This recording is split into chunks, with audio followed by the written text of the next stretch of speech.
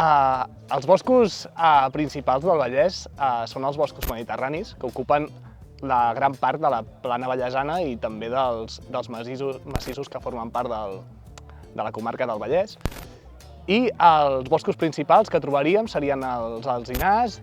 i les pinedes de pi blanc. I moltes vegades el que trobem és boscos mixtos de les dues espècies.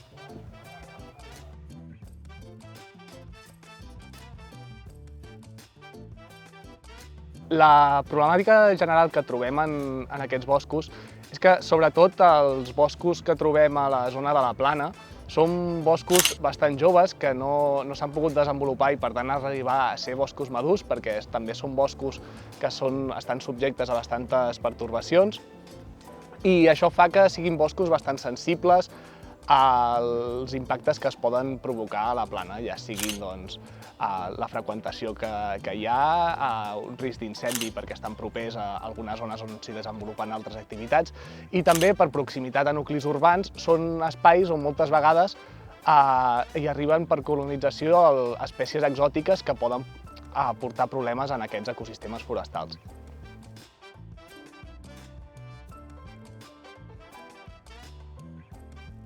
Des de l'Avenc